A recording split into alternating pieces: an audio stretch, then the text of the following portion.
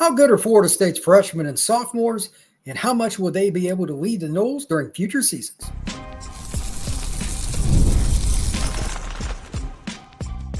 You are Locked On Seminoles, your daily podcast on the Florida State Seminoles. Part of the Locked On Podcast Network, your team every day. Welcome back into Locked On Seminoles. I am your host, Brian Smith, longtime college football writer and recruiting analyst. Thank you for making this your first listen each and every day. Today's show is brought to you by FanDuel. You can start the season with a big return on FanDuel. New customers can place a $5 bet and get started with $150 in bonus bets if you win that first $5 bet. Visit FanDuel.com to get started.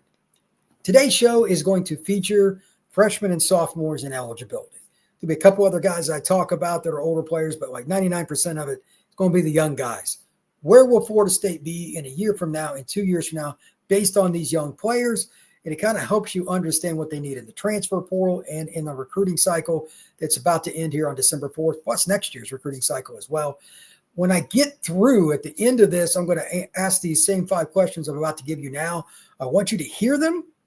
Think about them as I go through the show. I'm going to talk about players from Luke Kromenhoek all the way through the offense, all the way through the defense to safeties. Every player I'm going to comment on that is a key contributor as a freshman or sophomore right now. And to be honest with you, I don't think that there's any doubt that Florida State has a little more talent than what I'd give it credit for in the freshman and sophomore class. And the snap counts that I'm going to provide are going to give some insight into that. So let's jump right in with it with these 5 questions. And then again, I'm going to ask these again at the end of the show. You might change your mind on a few of these that you have. Whatever answer you come up with now, let's see where you are at the end. Who's the next great offensive skill player for the Noles? That's 1. 2, is there a young offensive lineman that Florida State can hang its hat on? Could be the money guy on 3rd down and 1, 4th down and a yard, that kind of player. 3, which freshman or sophomore wide receiver, in your opinion, can eventually be a true number 1 dominant, no doubt about it guy? Is there one? And if so, why? 4, I'm really high on KJ Sampson and Daniel Lyons, the young defensive tackles, but can they bring Florida State's interior D-line, at least help, get them back to the traditional dominant Noles of old? And then 5, the young linebackers. I was really critical of the linebacker situation coming into this season. They have overperformed, in my opinion, and I'm curious to hear what you have to think. So with that being stated, let's talk about the numbers here. And again, I'm just going to go down the line. I'm going to start at quarterback, then I'm going to go to running back, wide receiver, go all the way to safety. Comments on each play. Brock Glenn, he started against Notre Dame and played 44 snaps. He's played 217 for the season. 146 of his plays were intended passes. Now, some of them are sacks, some of them are scrambles, but he's gotten plenty of experience. I would have much preferred that I'd seen more for him post-snap when the play didn't start off the way he thought or the defense changed their look after the snap. All defenses do this. I want to say almost verbatim on Kromenhoek here. They don't look comfortable if their first read is not there far too often. That is my concern, but he is getting experience. When you're playing freshman, redshirt freshman, this is what you get. That's where Florida State's at. Kromenhoek played 26 snaps against the Irish, 108 total. 66 of his plays have been passing plays that, again, some ended up being runs or some ended up being scrambles, sacks, what have you. But he's gained valuable experience. The one thing I'll say about him that I like a little bit better than Brock, I think he's more accurate. They still lock on to one receiver too much. They don't go through their progressions the way they should on a consistent basis, but I think both of them have potential. Moving to running back, no doubt about it. I know he's coming back. He's been banged up, but Cam Davis is the most dynamic guy because of his power, because of his upper echelon speed in the open field, and he's willing to do whatever. He'll block. He'll catch a screen. He'll run play action fake, and so they can throw a little pass out in the flat to Landon Thomas, whatever. He's an all-around player, and he's a yes sir, no sir guy. I know Cam well. This is a guy that loves football, lives it, breathes it, sleeps it. This is somebody Florida State fans should be excited about moving forward. Great guy to have in your program. I really like Sam Singleton, too. I'm surprised he hasn't played a little bit more. 12 reps against the Notre Dame Fighting Irish, but only 47 for the season. That was surprising to me. Jalen Lucas, He got banged up in the BC game, only 19 reps for the year. Don't forget about him. He's a guy that can play in the slot or in the backfield. Him and Sam, I think I put them together because I think you could put Sam at receiver too. Really talented, and I think Sam's got a burst. He's a guy that, if you remember back, he had the kickoff return for the touchdown. I think both those guys will help Cam, because next year you got to remember now, Tofioli's not there, Keziah's not going to be there. Florida State's going to lose some guys. It'll be interesting to see how Florida State rotates the running back situation. And finally, Mekhi Danzy, I think he's as good, if not better, at the slot than he is at running back. But this year he's only had 13 snaps, and the last game he played in was Miami. I'm curious to see what happens with him, but that's wide open. Receiver is also very difficult to kind of manipulate and project. A lot of young bodies with talent. Elijah Moore, the kid out of DC, 13 reps against the Irish, 30 for the season. So almost half his production in terms of snaps came against Notre Dame. Then you got Wayne McCoy, 16 of 82 have played against the Irish. He's been a punt returner, which tells me they have some faith in him. Punt return's not easy. Put a true freshman out there for Miami Central. That's an interesting thing to do. I think he's got a lot of potential to play at a high level at Florida State starting next year. Perfect slot guy or outside, whichever one you want. It is hard to get hands on him at the line. He's extremely twitchy. BJ Gibson. This one surprised me a little bit. He's played 49 snaps for the year, but 22 of those, 22 against ND. That's a bigger receiver for his age. He's over 190 pounds coming in out of the state of Georgia. I'm curious to see if something's went on behind the scenes where they think the light kind of went on for him, because that's a lot of reps against a quality defense like Notre Dame, who might honestly be the best defense in the country, certainly in the conversation. Good sign for his future. Jaylen Brown, this one's a little concerning in multiple directions. Only 15 reps against Notre Dame after starting earlier this year, 153 for the season. Is he banged up still? Is there less confidence in him? I don't know what's going on, but he has a lot of talent. He was recruited nationally. Track guy out of Miami. I'm curious to see what happens with him in the spring. Speaking of curious in the spring, Hakeem Williams, sophomore out of the South Florida area. Again, he's a Fort Lauderdale kid. Last game he played was against Carolina, and he has 237 reps for the season. I don't know what his situation is moving forward. I don't know how much confidence they have. I know he's banged up like everybody else. It's the end of the season. But at 237 reps, they've invested a lot in it. Is he your long-term boundary guy? Is he your long-term flanker? What do you want to do with him?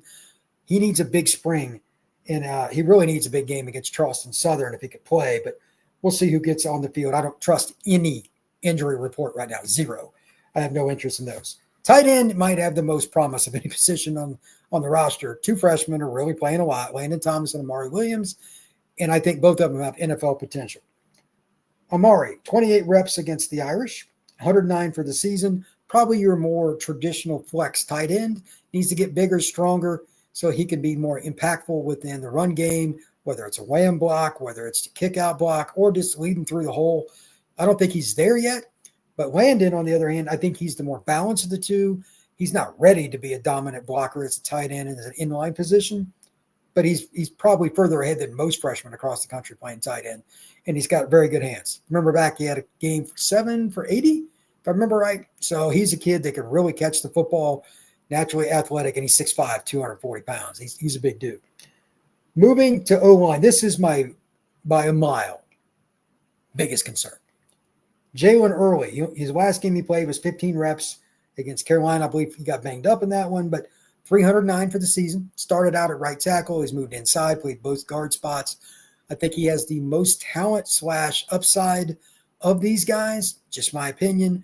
He's got a couple of years of eligibility left. He's a redshirt sophomore now. Really need him to step up moving forward. Andre Otto, offensive guard who's playing too early. There's no doubt in my mind. 30 reps against the Irish, 195 overall for the season. Need to see him take a major step in spring. But again, he's only his second year on campus, redshirt freshman. Don't know what's going to happen, but they need him to improve. Terrence Ferguson is a guy I mentioned. He's only going to be around for one more year, but the reason I brought him up is Florida State's young offensive linemen have not done anything else. None of the other guys have played. He got 40 reps at 359 for the season. They need him back next year and to be a much better version of what he's been this year. When we come back, we're going to talk about the defensive numbers, and it's a little bit better than I really thought it would be once I went through it, especially at linebacker. I'm a little higher than I thought I would be. That is next on Locked on Seminoles. All right. Have you ever had that moment where you're trying to buy a gift for somebody and it's just like, it's impossible? They've got everything. Maybe it's a grandmother who's got everything they want, and you're just trying to figure it out and you don't want to buy some lame gift. I know I have, and probably many of you as well. So with that, what is it that you try to do? Are you trying to find something that they can remember? Maybe it's something they can wear, whatever. Well, here's an option for you. We got skylight frames is an option that you can use. So maybe gift giving isn't the easiest language to learn. And I know, again, it's not for me. I have a hard time with that, especially with my mom, but here's something to think about. We've got the perfect gift for you. Skylight Frame is the touchscreen digital photo frame your whole family will love. Upload thousands of photos with your phone and watch them appear in seconds. It's easy to use. The setup only takes about 60 seconds. Invite your friends and your family, and you can share photos back and forth using Skylight Frame. It's really cool. Add new photos straight from your phone, and you can do it from anywhere. Obviously, you got your phone with you. It's very, very convenient. It looks beautiful in your home. Photos are displayed in HD resolution, and you can choose from 5 different frame styles. Set it up in portrait or landscape mode. 2 sizes to choose from. There's an original 10-inch or a larger 15-inch gallery frame. They look perfect in any room, and they can stand on their own, or you can easily mount them to a wall. And now, as a special limited time offer for your listeners, get $20 off your purchase of a Skylight Frame when you go to skylightframe.com/college. That's skylightframe.com/college. Get $20 off with your purchase now at skylightframe.com/college. This show is also brought to you by FanDuel.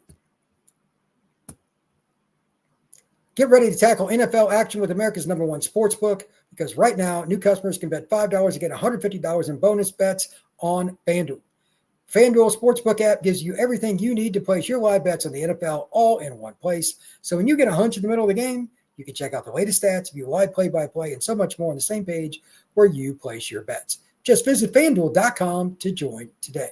You'll get started with $150 in bonus bets if your first $5 bet wins. That's FanDuel.com. Never waste a hunch and make every moment more with FanDuel, an official sportsbook partner of the NFL.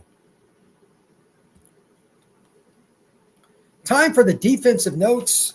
Again, just to start, I was a little bit higher on this group than I thought I would be after looking at the notes and the totality of the snaps. The coaching staff's put in a lot more time to get them ready because they're playing more, as this will bear out. Let's just start on the edge. A little concerned there, but there's hope. This one's a little bit difficult for me. I'm curious what everybody thinks on defensive end, too. Marvin Jones Jr. will have 2 years of eligibility left, but he only played 17 reps against Notre Dame, beat up a little bit, but 377 for the year. But ask yourself this. How consistent has Jones been? I don't know what to say, because talent, when he wants to go, like that first step burst, his natural strength, he's got length, it's pretty darn good. Well, why hasn't he been more dominant in stretches? Not like a play, 2 plays, in stretches. So I'm curious what happens with him this spring. Aaron Hester, a little bit of a disappointment this year. I thought he'd play a little bit more at some point, maybe break through. Maybe it's a little bit too early for him. You're a freshman. 8 snaps against the Irish, only 49 for the season. And then Byron Turner, the steady guy out of New Orleans. 23 reps against the Irish, 152 for the season. Maybe the ceiling for him is a little higher than I thought. Maybe they got a little more faith. But overall, they need more defensive end talent. This is going to be a major position, in my opinion, for the Noles to hit in the transfer portal. The spot I'm not worried about as much, especially at the top end, is D tackle. I brought these 2 guys up, and I know there'll be other guys they're going to play, but these are the 2 main guys that I wanted to bring up, KJ Sampson and Daniel Lyons. Let's start with Daniel. 19 reps against the Irish, 294 for the season. Now, you got to think about this. Farmer and Jackson, they're going to take the majority of your reps. He's still almost at 300. Good for him. He's earned it. I thought he was the best guy in the very first game against Georgia Tech by a mile at defensive tackle. Plays hard on every down. He's the guy that kind of fits Florida State traditionally. One gap and go guy.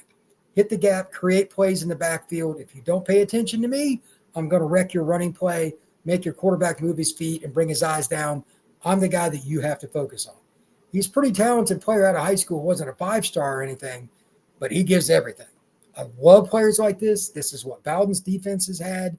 This is what you're really looking at historically for Florida State when they were good. They had guys like this that they developed after that redshirt year, start playing a little bit. Then their third year, like Lions, they show up. He's going to end up with well over 300 snaps this year. Good for him. I think he's got a bright future. He's got 2 more years of eligibility. Now, KJ, that's a big redshirt freshman out of North Carolina. He's the true Goliath in the middle, 300-plus pounds, 6'4", 6'3". That's the guy that anchors everything. I expect him to be your nose guard the next couple of years, at least, until he tries to get to the NFL. 16 reps against the Irish, only 89 for the season. He's a year behind Lions. But now that he's playing more, I'm really interested to see what KJ does. They need him moving forward. If you're going to be dominant in college football, you got to have interior guys. A player like that can command a double team means that Daniel Lyons is one-on-one, play after play after play. And then you can run all kinds of games with that, stunts, blitzes that make it even better. I'm not too sure about depth, but again, the higher end part of this, I think is pretty darn good. Moving to the linebacker position, I'm just going to start with my favorite young linebacker, and that's Nicholson. I just think that upside-wise, true sophomore, he's a kid that can really run, using the pass game, the blitz game, and the run game pretty much equally. If you're going to play in this era, linebacker is extremely difficult because the RPO game, you got to be in 2 places at once. Obviously, that's not possible. But they got a running back going one way, a quarterback going the other. Who's got the ball? He at least has makeup speed at the linebacker spot, and he can be at least competitive against running backs in the screen game and in coverage. And he finds himself in the backfield a lot. So for this season, 32 reps against the Irish, 358 overall, and he missed some time. He had a game earlier this year with 7 tackles, so he's been productive for a young player. I think he has a chance to at least be a captain for 1 year, if not 2, during his last 2 seasons. I really, really am high on him. Omar Graham, similar. He's played even more. 35 reps against the Irish, 313 overall. That kid plays hard. He's improved so much since the early part of the season when I'm like, I don't know if this kid's going to make it. I don't know how much he's going to play. He struggled some early in the season. Made major strides. Give him credit. He's had some big hits. Now, they'll miss a run gap fit like some of these young guys. I get it. But they're still passing up the older players for reps. They're gaining more and more reps. That's a good sign. DeMarco Ward's a kid I thought would play a little bit more. Had 9 reps against Miami a while back, 49 for the season. And then you also have Justin Cryer. Obviously, he got injured. That was terrible. North Carolina. He has 274 snaps on the season. Hope he has a healthy return. Really, really like the young linebackers overall. Now they just need to add to it. As far as the secondary, it's good at corner and it's good at safety. Let's not kid ourselves. Let's start at the corner spot. Quindarius Jones, I think he's the most talented and proven young corner. 24 reps against the Irish, 184 for the season. I think Quindarius, ironically, he only had 1 offer out of high school, and that was the Knowles, would start. I think he would start at probably half the schools in the country. Florida State's one really good position definitively. It's corner. I think they take away a lot there. I'm not surprised if he starts the last couple games. Ventrell, he's taken some of his reps anyway. Don't be shocked by that. Kai Bates and Charles Lester, the two freshmen, both played 8 reps against the Irish, and they played 12 overall. They're just starting to get some reps, but again, because of the depth chart, I'm not shocked about that, but they're very highly rated kids. A lot of speed and talent that I've seen come up through the high school ranks. They're going to be really good. The guy that doesn't get enough attention is Jabril Rawls. He's a redshirt freshman out of Pensacola. He can really run. 27 reps against the Irish, 94 for the season. So over a quarter of his snaps this year came in the last game. I think he's a guy you can watch. He could play some nickel, could play some safety, has all the length in the world. He's got really long arms. Maybe he's that guy. I'm curious about him. Moving to safety, this group has a ton of flexibility. Edwin Joseph, maybe the most. He can play corner or safety or nickel. He played 34 reps against the Irish, 163 for the season. Kirkland, 27 reps against the Irish, 376 for the season. I knew he was going to step forward, and now he has. Conrad Hussey, little surprise, only 8 reps against Notre Dame. I know he got banged up some this year, but 190 is pretty good, but I thought he was going to be in the position KJ was as well. And then Earl Little Jr., he's moved from corner to safety earlier this season, starting to get some more reps, 19 against the Irish, 131 overall. So let's kind of talk through each one of these guys. Joseph, it's just a question of where does he play? He's a ball hawk. He had an interception earlier this season. He's around the football a lot, very emotional kid. I think he's got a chance to be pretty darn good. Kirkland, same deal. He's already played almost 400 snaps. Obviously, they like him a lot. That's your future in the back end of the defense. Hussey, if he's healthy, same thing. I think he can play corner as well. He can really run. And then Whittle, does he get a chance to move back and play some nickel is the only question I have. But again, very, very talented. When we come back, we're going to talk about those 5 questions again. Where do you see this Florida State team with their freshmen and sophomores? That's next here on Locked On Seminoles. PrizePicks is the best place to get real money sports action. With over 10 million members and billions of dollars in award winnings, PrizePicks has made daily fantasy sports accessible to all. You just pick more or less on at least 2 players for a shot up to win 100 times your cash. Run your game all season long with PrizePicks. All right, here's the deal. You can use PrizePicks any way you want. I know a lot of people like to use the NFL, so I'll use that example. Take Joe Burrow, and you can go like that's a guy I love to follow. You can how many touchdowns? If it's 2.5, you go over under. It's not real rough. Whatever that number is, you're just picking that. I like looking at the quarterbacks personally on the stats each week in the NFL. That's just my thing. So you can sign up today and get $50 instantly when you play $5. You don't even need to win to receive the $50 bonus. It's guaranteed. If you think that Justin Jefferson's going to get 83.5 yards, okay, but is he going to go over that?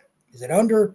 Whatever it is, how much do you look at the injuries and all those things? Use your own best estimation. Again, it's over or under.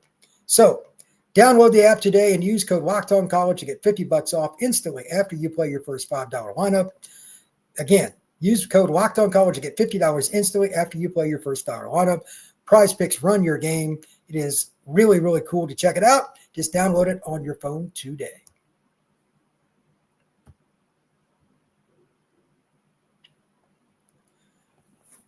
So let's talk about those 5 questions again. And I'm curious, what do the Florida State fans think?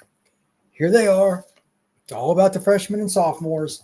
And I want you to comment on the YouTube page and just give me your thoughts. And if you want to send a message out, tag at Locked On Seminoles or FB Scout _Florida on X. I'd love to hear your thoughts as well. Excuse me. Number 1, who's Florida State's next lead offensive player? And I'm talking about skill, not offensive line, just skill. Running back, wide receiver, tight end. It's debatable. You could say Sam Singleton. You could say Cam, whatever in the backfield. I think it's Cam. Some might say because Cam got beat up, maybe Sam's caught up to him or what have you. I don't know, but we're going to find out. Because against Charleston Southern, I never believe injury reports, but I believe there's a good chance he's going to play. We'll see. We'll see how much he's truly healthy. But I think the 220-pound guy that can run like Cam does, he's willing to block, is your future there. But is it more than a Landon Thomas at tight end? Is it more than somebody like Hakeem Williams, B.J. Gibson, Elijah Moore? It's debatable. And you also have to think about it from this perspective. What kind of offensive line are you going to have? That is completely up in the air. And that also leads me to number 2. Is there a young offensive lineman that you can hang your hat on? That's really what this comes down to. Hopefully be an NFL player. I think Jalen Early is the most likely. He's been beat up a little bit. They need somebody to develop there because you're not going to be successful going and getting 4 to 5 guys a year out of the portal. It's just not how it works. You got to take several years to develop guys. Teams like Iowa, Michigan, Notre Dame, Penn State, Georgia, Alabama, these schools have kids that go through 2 years, they barely even sniff the field before they start getting playing time. Florida State's got guys in their second, third years on the offensive line depth chart that haven't played this year, and they're terrible. They're going to have to hit more in the recruiting ranks. So really think Jalen Early's the guy, but they're going to have to hit the portal. Maybe take a JUCO kid. I don't know. Really curious to see how that goes. Number 3, which freshman or sophomore receiver are you the highest on to be a true, no doubt about it, number 1? That means NFL player, basically. Florida State historically almost always has one of those guys. Anquan Bolden, obviously, the list is ridiculous. I tried to pick just one. Snoop Menace, whatever you want to go with. You pick whoever you like. There are too many for me to try to go around. I think that Florida State has a lot of good young receivers, but I don't think they were coached up the way they should have. Obviously, receiver coach is gone. It's up to them to play hard, but I think at least one guy, if not two next year, might step up. There's no way this receiver unit will be as poor as the 2024 version. That I'm confident in. But again, to maximize, you need a number one. Why? Because other teams have to roll coverage that way, and it makes it easier for the other guys. Think of it this way. When Jalen Lucas comes back next season, nobody wants to be in front of that guy. If you can't shade safeties to that little slot receiver running back, and he gets a screen past the first couple of yards beyond the line of scrimmage, he's gone. If you're shading to the other side of the field because you've got a number one, those plays can happen over and over. Jaylen Brown can really run. No doubt about it. Elijah Moore, B.J. Gibson, Wayne McCoy. If any of them become a number one next year, take that big step forward. It changes your offense completely. Florida State needs a number one. Fourth thing, KJ Sampson and Daniel Lyons. Are they the future of the FSU defense? I tend to think yes. I'm really high on both of them. I know that KJ hasn't played as much as Daniel. I'll grant you that. But I think that kid's got a lot of talent. And I also think he's a young man that with his natural size can create double teams. That means you got to put one guy on Daniel, and your edges and your blitzers are only going to get one guy as a blocker, if any. Creating havoc up front in the middle is what Florida State is known for on defense. Time they got back to that more consistently, I'm hoping they both play more as the season goes on. But if you don't think it's those two, where is it and why? Finally, building on the young linebackers. Omar, Nicholson, etc. They've done good. What do you want to see from them over the last couple of games against Charleston Southern in Florida? What is it that they need to do to take that next step for you? I've started to see more, but not all of what I want. Run gap fits are still not where they need to be. Let's not kid ourselves. There's one or two plays a game you're like, what is that? So I want to see them be more consistent, just being assignment safe. And I also want to see that same downhill mentality out of Omar, Blake, etc. I know Cryer's banged up. That's unfortunate. But next year, they should have a strength at that position. Need to bring in one or two more guys from the portal, whatever. But they got a chance to be really good. So, again, I think Florida State's young players are a little bit better than what I had originally looked at before. So I went and checked out the snap counts and then just kind of thought about it like, okay, who's going up in numbers, who's not, etc. Offensively, really concerned about O-line. That's the one spot. But everything else, there's a chance. Even quarterback, that takes forever. I'm not desperate about where Florida State's at. My bigger concern is, can they get some portal guys to help during an offseason that's going to be turbulent? Because they could actually be decent next year. I expect Florida State's over-under to be like 6.5 next season, maybe 7.5, somewhere in that range. But Florida State's talent in the freshman and sophomore class is a little better than what myself and what many others had probably thought. So love to hear your thoughts. If you have anything, please share them on YouTube, etc. That would be awesome. And if you want to find me on X, you can get me at FBScout_Florida. Once again, I truly appreciate everybody coming in to check out Locked On Seminoles. Love to see you here each and every day. Please go check out my guys, Kenton and Alex over at Locked On ACC next. I will see you again on Friday.